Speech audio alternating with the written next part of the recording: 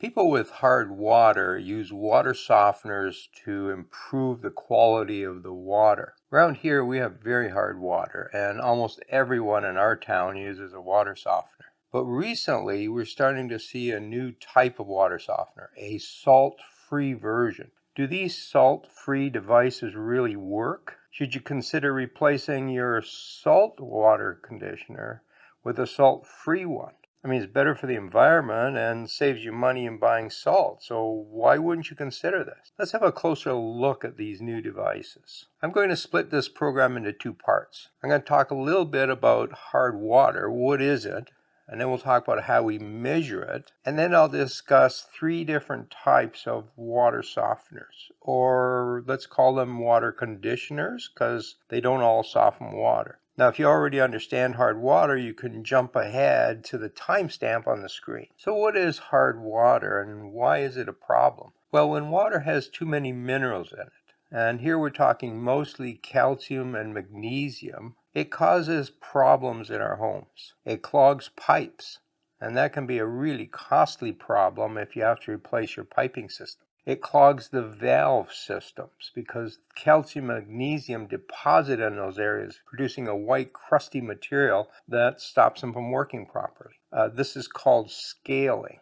You also get scaling in things like tea kettles and coffee mugs, and you get that white deposit. This is mostly aesthetic, but if it's inside different types of equipment, it can cause problems. Soaps don't work very well in hard water. They don't suds up, and they don't clean very well, so you have to use a lot more soap to get things clean. Hard water can also be very detrimental to houseplants. You'll notice it as a white deposit, either on the outside of clay pots or on the surface of soil if you're using plastic pots. And as those salts deposit, and you get more and more white crusting, it interferes with the root's ability to pick up nutrients. It also changes the pH of the soil, and the pH rises, and yet our plants want to have a more acidic soil to help them pick up nutrients. So it's a problem there too. And the last issue is that it produces dry skin. So people who live with hard water tend to have a lot more skin issues and rashes. Hard water really isn't a big health issue. We're fine consuming all that calcium and magnesium, but it does cause other problems in the home, and so areas that have hard water like to condition that water to prevent all of these problems. When I say I have hard water, what does that really mean? Unless we put some numbers to this, it doesn't really tell us anything. So how is hardness measured? Chemists generally express hardness in terms of milligrams per liter of calcium carbonate equivalent, or parts per million calcium carbonate equivalent. And 1 milligram per liter is equal to 1 ppm. Now that term calcium carbonate equivalent just means that we're going to calculate the numbers so that we're always talking about calcium, but it also takes into account other minerals like magnesium. It's just a way of standardizing the number so that we're all talking about the same thing. Now in North America, we also talk about grains, and this may be more popular than the ppm value. A grain of hardness is equal to 17.1 ppm calcium carbonate. Now in the UK, they don't use grains. They use something called Clark degrees. And a Clark degree is 14.3 ppm calcium carbonate. I don't know why we can't all just agree on using the right units, which would be parts per million. So much easier for everybody. So how hard is your water? The hardness of water is then broken down into classification. So soft water is anything under 60 ppm. Moderately hard water is between 60 and 120 ppm. Hard water is between 120 and 180 ppm, and very hard water is over 180 ppm. How do you figure out what your water is? Well, if you call your municipality, they measure that on a regular basis, and many of them now publish that number online. And if you can't find it, just give your water department a call and they'll know what the value is. As a general rule of thumb, anything over 100 ppm is water that will benefit from water conditioning. Now let's have a look at the type of water conditioners that we have. The traditional one, and the one that's most popular, is the salt-based water softener. It's a device that comes as a big tank, and that tank is full of resin, tiny beads of plastic. And those beads have charges on them. We condition those beads by running salt through it, and the sodium in the salt sticks to the beads. Now that the water conditioner is ready to be used, we now pump the regular water through it. And what happens is that the calcium and magnesium stick to those beads tighter than the sodium. So the sodium falls off, and the beads now hold on to the calcium and magnesium ion. So they're taken out of the water, but they're replaced with sodium ion. So now when you use that water in the house, you have less calcium and magnesium, but you have more sodium. That's the downside. But because we've taken the minerals out of the water, it's now softer water. These water conditioners work for several days, and then they have to be recycled. So we run salt through them again. High concentrations of salt will knock the calcium and magnesium off, and that goes down a waste tube. And the salt is now sticking on these beads, and we're ready to go again. And this happens overnight, every 2 or 3 days, depending on the size of your system and how much water you use. It's a very effective system, and it's been used for quite a long time. The resulting water you get from that is kind of slick, it's slippery. It suds really well with soap. It doesn't create deposits in your plumbing because we've taken the calcium and magnesium out.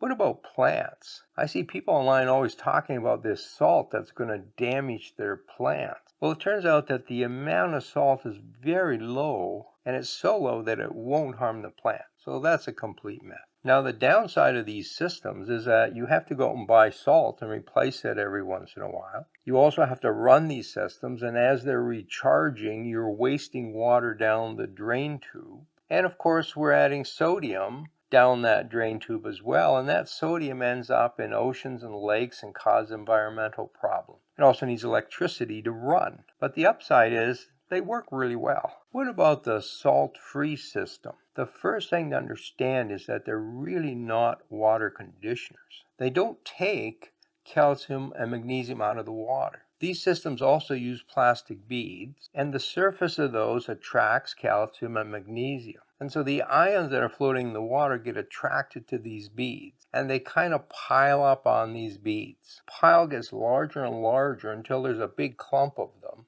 Now, when I say big, this is still microscopic, but relative to the original ions, it's big.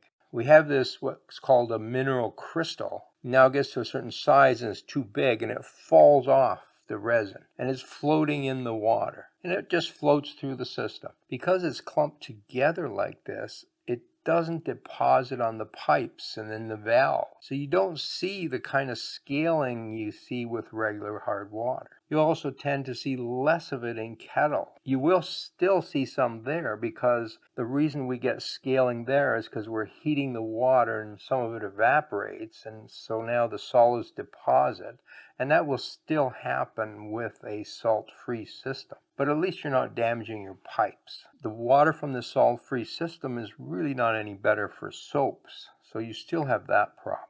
Salt-free water conditioners are a partial solution. These type of systems are not recommended for water that is over 10 grain or 170 ppm calcium carbonate. They can be effective for that middle range of hardness. Another benefit of these systems is from a medical perspective. If you're very sensitive to sodium levels, these systems are not adding sodium to the water. So should you consider salt-free water conditioners? Well, given their limitations, if that meets your requirements, then they are a viable solution. They do work as advertised, and the advertisers are fairly clear about what they do and don't do.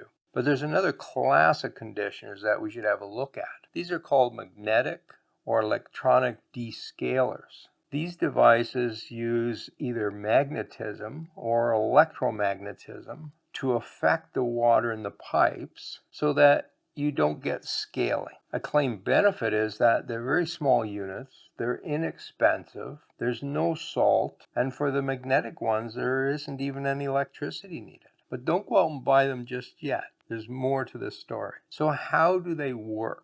The promotional material for these is very confusing, and they like to use a lot of scientific jargon. They talk about ionization, north-south polarity, electronic pulses, and colloidal properties. These descriptions of how these devices work are not based on science. They're just using scientific jargon. Nobody can really explain how these systems work. There are only a few studies that have looked at these devices, particularly for home use, and none of them are very positive. Most of them, in fact, have found no descaling at all. Some of these devices are used in special industrial applications, and that's been studied more. But for home use, there really isn't any evidence that they work. The Water Quality Association says they know of no generally recognized scientific or technical evidence which proves that magnetic or electromagnetic or catalytic devices sold for treating water have any measurable physical or chemical effect on water quality. The Water Quality Association doesn't think they work. One of the things I found kind of odd when I looked at these products is that they say things like, they don't affect the water chemistry, as if that's a good thing. And sure, it would be a good thing.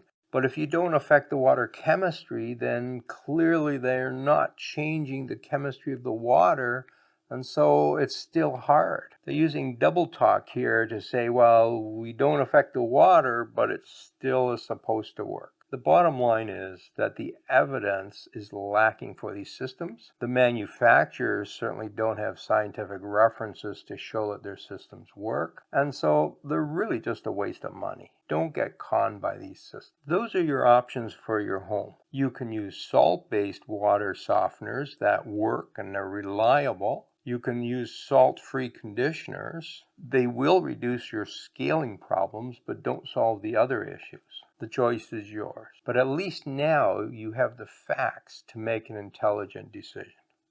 Thank you very much for your support. If you'd like to connect directly with me, the best way is through my Facebook group, Garden Fundamentals. We'll answer all of your questions there. I also have a blog called Garden Myths, where I've debunked over 2,000 different myths. I'll put links to all of these in the description below. Happy gardening.